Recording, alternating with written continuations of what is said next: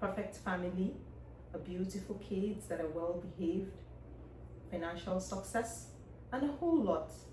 And that's the myth of having it all. Can you really have it all? That's the topic of today's podcast.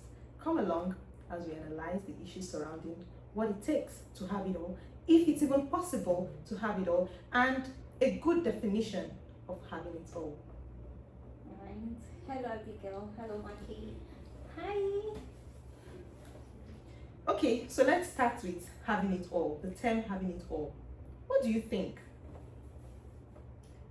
Basically, what makes someone happy?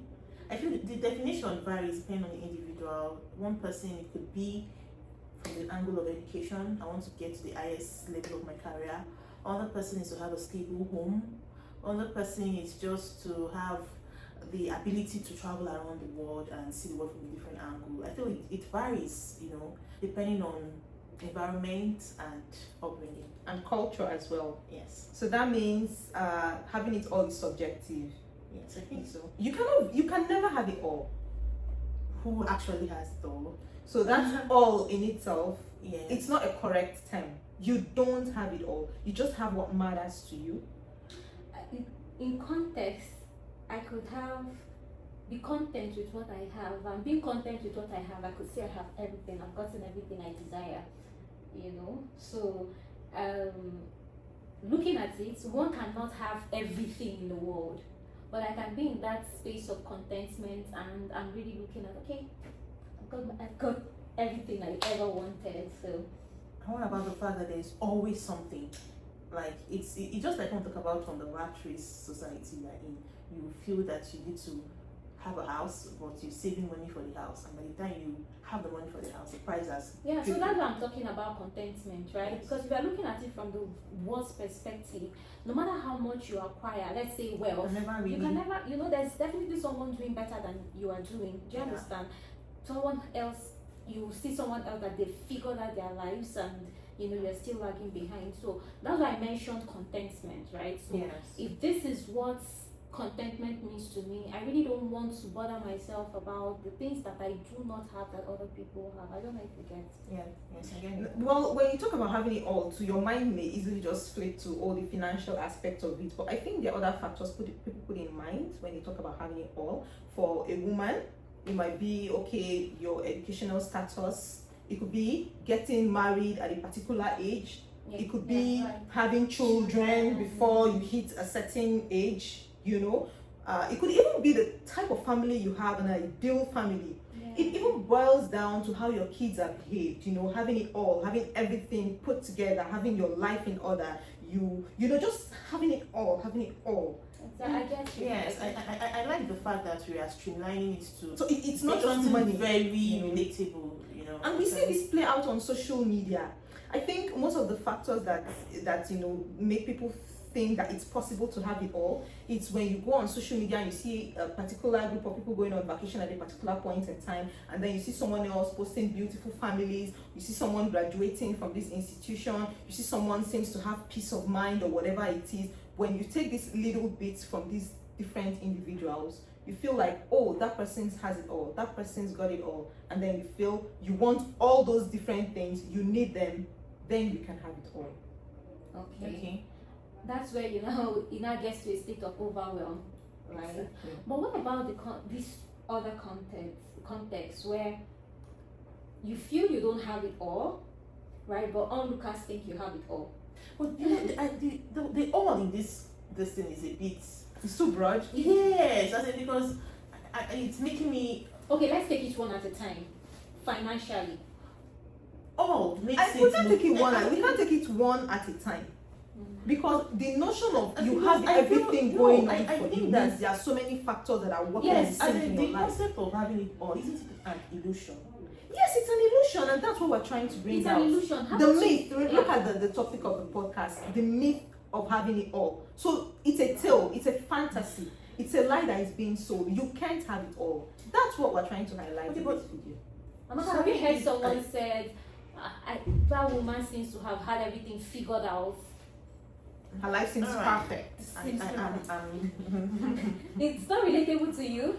No, as in, I feel that people do not actually feel that they have it all. But we are looking at it from the perspective of what other people feel. No, not people don't what's in feel you. they have it all, right? Yes, I get you, but there's that There's this desire to want it all. want it all. And the reason why that desire is there is because they are seeing someone else, like she mentioned, probably on social media, who they think that this person has gotten their life figured out. If she can have it all, Okay. why can't I have it all? Exactly. Okay, all So right. what I wanted us to talk about is that particular person you are looking at that has it all. Do you think that person really has it all? All right. Because nobody Has it has it all. You Yeah, understand? I get that. Yes, and this has made people in the society tend to like. I want to talk about finance, for Okay, example. okay. I just because I am trying to really understand the topic really, it now makes me understand why someone can just be jealous of somebody, whereas you don't even know what the person is going through, Exactly. or just create some kind of bias about a different person based on your own assumption, right? Yes, that plays a part. Yes. Exactly. So talking about finance, right? You might be going through some sort of hard times just because you're not coming out to what you need is not 20,000 naira, right? Somebody else who needs 20,000 naira might think that 20,000 is not your problem. You have gotten it all. I was reading something online and they said you that needs 2,000, you are needing 2,000 naira from someone who urgently needs 20,000. And the person needing 20,000 is trying to look for somebody, you know, to get help from somebody whose need is 200,000, like that. You Yeah, understand? yes. So that's expectations of, you know, I think you have it all. So I don't know if you get what I am trying to say. So Yes, I do. that's a habit or an illusion that so many persons place on other people, which I think is really, really negative. Yes, it is. And for women, maybe you're married and there's some, you see, you're married, you have a cute husband, you have children, and you just feel that, oh, if I didn't have a child, I would have done X, Y, Z, right? And this other person that is married without children will be like, oh, if I had children, I would have done X, Y, Z. You know, so everyone is thinking It's that, a you loop. know, it's just a loop. So I think the purpose of this conversation is just to, you know, let everyone who is listening to us just know that whatever you are currently, whatever space you're currently occupying, and you feel that, oh, you need to stretch more because this person, I want to get to this level and I'll figure that my life is balanced and all that, it might not, it might just turn out to be a mirage. Yes, and I think also the reality that everybody is really carrying a burden. It's different. The load is different. Some people are carrying the one heavier than them. People are carrying the one under than them. But the point is that every single person is carrying a burden, and sometimes we should. When we are looking at the black or the white picture that we want to see, because most times in certain scenarios we try to see what we want to see and turn a blind eye to what we do not want to see. I feel that as women and as ladies, we should try to be more open-minded to assume. I don't feel like this person have it all figured out. Try to give room for, well, there should be some other, as in just, I feel if we're open-minded, it's also going to make us to be more empathetic, especially when somebody whom we do not expect, you know, it's easy for us to create bias or to let me just, I don't know, maybe I'm not getting the right words, but in such a situation where someone I feel like has it all, as we say, just maybe say something to me that offends me, and I take offense because I'm assuming that it's because you have a particular standard of, you know, a particular thing of achievement. I feel like we should try to make more excuse, feel that, okay, this particular misbehavior is as a result of something else that the person might be dealing with, other than what we think the person is. I don't know if you get that. So I like the part where you said, what I want to bring up for what you said is we don't want to downplay other people's challenges, right? Yes, regardless of, as in we should just try and have an equality when dealing with everybody. Exactly. Yeah, we should not try to create bias depending on the circumstance. Okay, this person, you know, it's because you figured it out and me, I don't, you know, just try to see Yeah, everyone. so we just want to own up to the fact that the person you are looking up to, that this person has everything figured out, might still be fighting some Other battles, yes. that you don't know. So to you, I always like to think about, you know, the stages of human development. You know, as a child, a toddler has some sort of, you know, concerns. that to you is overwhelming to that toddler, but to you it's just a walk in the park. But at that toddler's level, it's a big challenge. Yes. So when we get into school, like you see children graduating. I saw some videos online where children, kindergarten students were singing that they've seen a lot, on graduation. So you see, so that, and then you get into And honestly, in their mind, if you can They've get seen a into lot. it, they've seen a lot. They've seen a lot. They've You seen get a into lot. secondary school and you just cannot wait to leave here, because you understand, you get into the university and that's looking like the height of problems, and then you graduate and you go into this. So every stage in life. So for someone who is in the university, for example, and another person in secondary school is complaining of workload and all that, and you'll be like, you never see anything, maybe that one or something. At that level that they are occupying, it's overwhelming to them at that point. I don't know if you get. So yes, it is true that my problem might not be as big as your problem, But it's still It's your still my problem. and it's a legit and problem. in my capacity, so you have your when I grow to your capacity, let me face that problem that you're Exactly. facing. Do you understand? Yeah.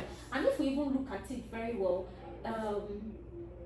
if you come to wear the shoes of this other person that you think is not really having a problem, you find out that the shoe is actually very So tight. big, Yeah, it's sorry. It reminds me of a quote I used to say. Well, I don't even. It's mentioned that the shoe looks easy to wear until they are in your own feet, Yes. and then you realize that living someone else's life is very hard. Exactly. Yeah, that's true. So we also need to be empathetic. That's a bit, deviated from our topic in mind. But I still want to steer this conversation towards something Soma mentioned in passing. Soma always says it's Soma, not Soma, but Soma has stopped, so Soma it is. You mentioned something about contentment, and I want us to, throw more light on it. Especially with the times we're living in, where wanting more seems to be the order of the day. You need to want more, you need to have more, you need to be a high achiever, overachiever, and all that. How do we balance it out with contentment? Okay, so I think the first thing I do when it comes to, because I know that in the society we find ourselves, if you're looking at what every other person has achieved, it's looking like you've not achieved anything. Okay, so what I actually like to do is to do an honest appraisal of what achievements is, a good fit that I have gotten to based on who I am, based on the current, realities that I find myself in. So I know better not to compare my results with your result or with her result. Okay, so let's say this is what I set goals for myself for this month. This is what I want to achieve. I want to achieve this maybe income goal or whatever goal I set for the month. My current realities is aligned to what's everything that will help me smash this goal. Now I smash that goal and I see that, oh, Chinwe has done ×3 of that goal. But starting off, I wasn't looking at Chinwe. I was looking at my goal that I have set for myself and every mechanism I've put in place to smash that goal. So when I shut out the noise of whatever Chinwe has, achieved in that context, and I'm just happy with what I've achieved. So what you have achieved can be like a propellant to want to make me do better. But if my current circumstance does not align to forging to what you have done, I just want to be happy with what I have achieved, not just in finances but in every other area of life. I think that's how you work through yes, it. that's So, how I work through it. From what you're saying, focus. Exactly. You have a lot of focus on yourself, on where you're coming from, on where you're going to, and it keeps you contained, Exactly. and it keeps you contented because you also appreciate how far along Yeah. you are in your journey of life. So and all this that. is my goal. This is what there's a reason why I set this goal, right? And I feel that when I get this goal smashed out, that will be my aha moment. So why is it no longer an aha moment for me just because I see someone else doing better? Do you understand? Wow, that's Yeah. a very good question. Yeah. Thought. So that's what helps me and just keeps me. Yeah, because I know contentment might seem out of place in today's world, but it's still very essential. It keeps us checked in. It keeps us happy, and it keeps us grateful. It helps us appreciate whatever it is we have. It helps us appreciate our effort. It helps us appreciate and see how far we've come along when we are contented with whatever we have. Maki, you want to add anything to that?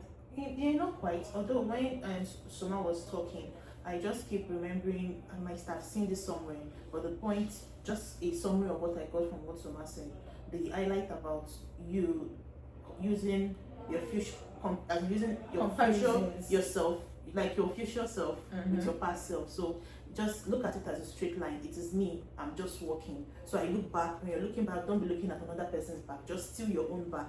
And if you're looking forward, your own forward. So just focus it, align it to your own self as an individual. You are you. And when you're trying to be better, you're better than your former self, sort of. Yeah. Yes. And there's this illustration that always comes to mind when I'm working on focus and trying to achieve a goal.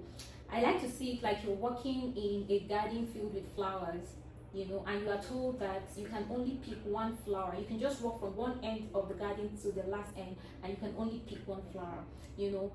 When you're working, there are tendencies that you see a lot of beautiful flowers. You could pick one, and before you get to the end, you're seeing more beautiful flowers. But I think what would help is, first of all, I'll ask myself, what kind of flower do I want to pick? Do you What understand? color? What color? What's the shape? How big is the The flower? size. What's the size of the flower? If I don't get to see this exact, what is a good enough replacement for this flower? So when I eventually walk through that garden and I spot what I want, I pick it. And if eventually I go and I see a bigger, Something better flower, you don't have regret. I don't have regret, because when I started off, I told myself this is what I wanted. So if at the end of the day I'm not feeling bad because I should have picked this, that is me no longer being contented. That's how I see it. I like this example you give. I was smiling all through when you were saying it, because I tried to picture it. I tried to picture you picking the flower, and I while picturing it, I realized the reason why you're going to be so focused on your own flower, even though there are so many other beautiful flowers, that you're looking at your flower and you're appreciating why you chose the flower. You're appreciating the Exactly. qualities of the flower. That this is mine. It's Exactly. me. Yes, even though there are other beautiful ones coming. So in the same context, I feel like we should apply that also in life. You're looking at it yourself, like like regardless of other person, you see yourself as important. You see yourself as valuable. I feel like Exactly. it's going to influence the decisions you make. So just imagine everyone has picked their own flowers, and that your flower that you picked has all the features, but doesn't have one feature that Amaka's own flower has. Amaka's own might not have one that's Abigail's flower has. But at the end of the day, like, oh, this my flower is fine, but it doesn't have this. But I'm happy anyway. And I'm appreciating your own flower too. understand? And Why- I'm appreciating Exactly. You Yeah. appreciate another person Exactly. while still being thankful for what you have.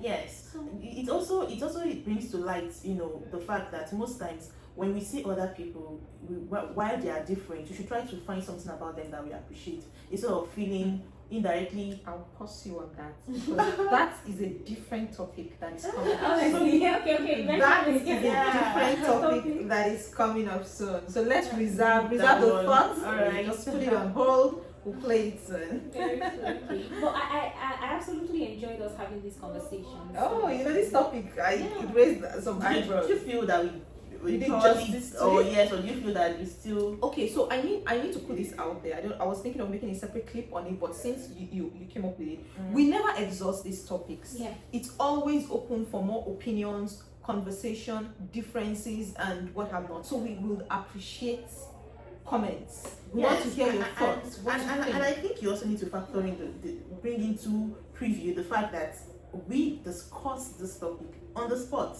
Yes. It's really something that should be It's highlighted. It's not like we sat down before and we're prepared. Yes, everything we're discussing right now is on the spot. We're coming up with whatever I'm thinking. We're is on the just spot. saying our thoughts. Yes. So we would also love to hear your thoughts. Tell us what you think. The myth of having it all. Do you have it all? Can What's your anyone have it definition all? of all? Can anyone have it all? What would you do to encourage others, not to think they can have it all? What's your viewpoint on contentment, especially in today's world of wanting it all? Let's know what you think about the topics that we just highlighted on today's podcast, and we'll see you in the next episode.